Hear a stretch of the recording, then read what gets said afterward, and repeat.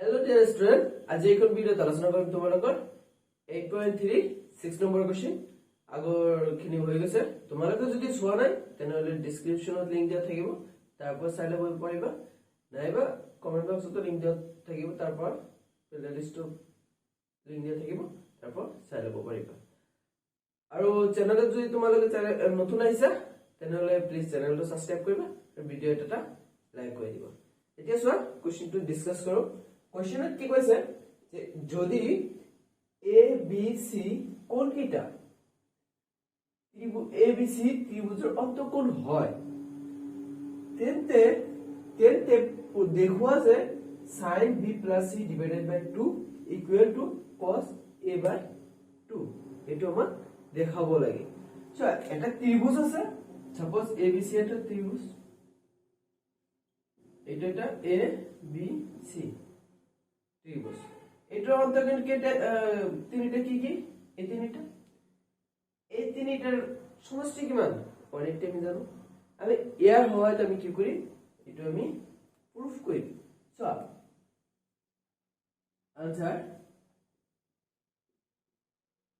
তো আমার কি দিয়ে আছে এ বি সি ত্রিভুজের আর এ বি সি তো কি অন্তর্গণ সো যেহেতু A B C এটা ত্রিভুজ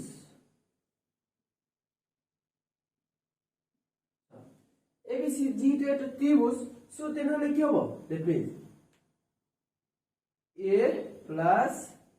B plus C equal to কিমান হবে 180 ডিগ্রি এটা হবে এতিয়া চোৱা এটা বস্তু তোমালোকে লক্ষ্য কৰিবা যে ইয়াতে b plus c divided by 2 a by 2 that means left side আৰু right side both side তোমালোকে কি কৰিব ফাৰ্স্ট 2 ৰে হৰণ কৰি দিবা সো 2 ৰে হৰণ কৰিলে কি হ'ব সো আমাৰ কি লাগে b plus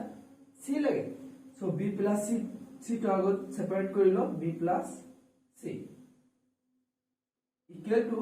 এটো কি কৰিবা 180 minus a now इजे की करो इटू 2 रे डिवाइड करा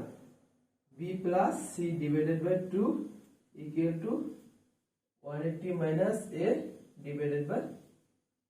2 2 रे डिवाइड কৰি দিলো এতিয়া সোয়া এখিনি আমাৰ আহিলে ৰাইট সাইডত খিনি অলপ ক্যালকুলেশন কৰি লো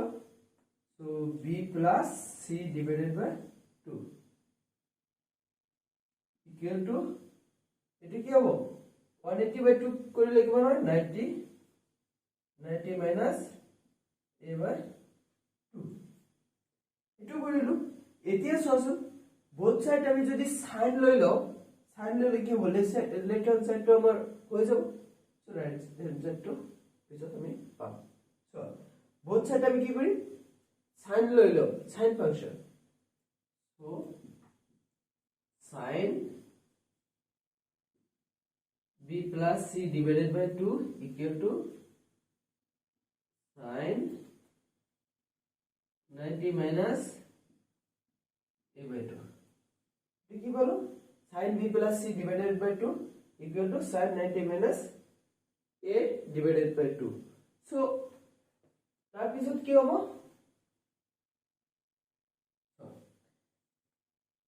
লেফট হ্যান্ড সাইড তো ঠিক আছে সেম থাকিব so sin b plus c divided by 2 equal to right hand side to কি হ'ব সব sin ৰ লগত কি আছে সূক্ষ্মকোণ সমকোণ এক সমকোণ আছে sin ৰ লগত কি আছে এক সমকোণ মানে সূক্ষ্মকোণ এটোতে কি সূক্ষ্মকোণই হ'ব 90 minus something তেনলে ইয়াতে অযুগ্ম সমকোণ থাকিলে কি হয় sin টো চেঞ্জ হয় কি হয় আমাৰ cos পাও আমি সো এটো কি হ'ব cos a by 2 সো এটো কি লিখিব পাৰো cos a by 2 সো এটো আমাৰ কি কৈছে প্ৰুফ কৰিব কৈছে সো এটা আমাৰ কি হ'ল hence proved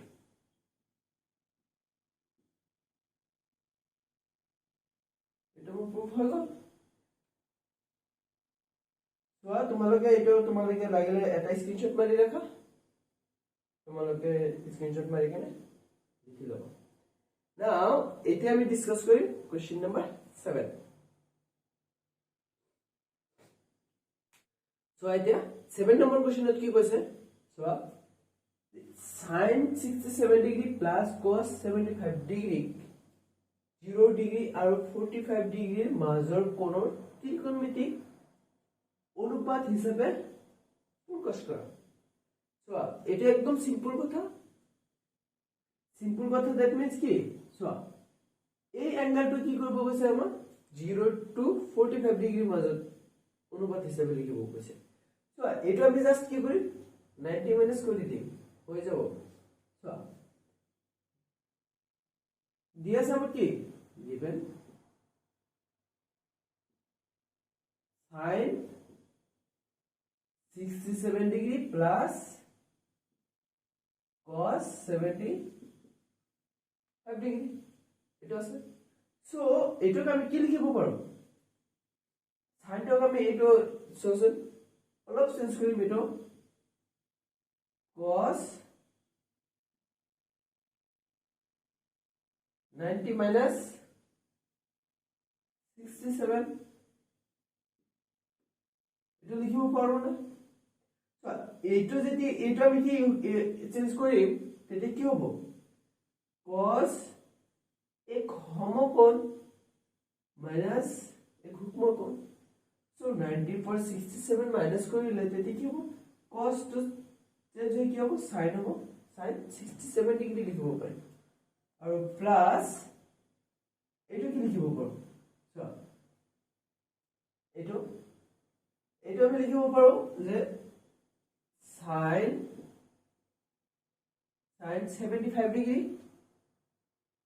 কি লিখিব পাৰো 90 minus 75 ডিগ্ৰী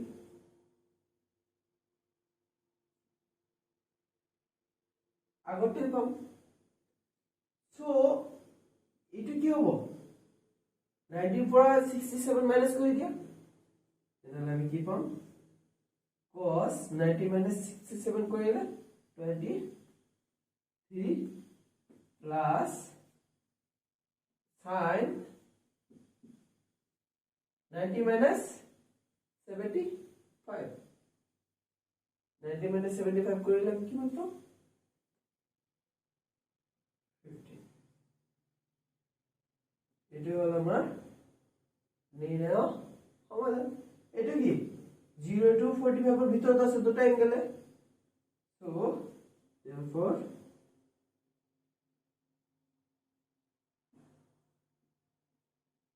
এইটো হল 0 আৰু 45 ডিগ্ৰীৰ মাজৰ ত্ৰিকোণমিতি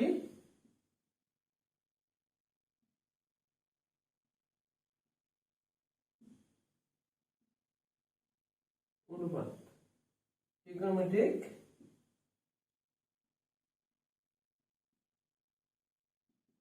অনুপাত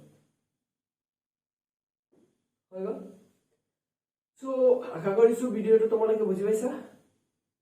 আৰু তোমালোকে এটা কথা কৈ দিছো যদি চেনেলত নতুন আহিছা প্লিজ চেনেলটো সাবস্ক্ৰাইব কৰিবা আৰু ভিডিওটো লাইক কৰি দিবা থ্যাঙ্কস ফৰ ওয়াচিং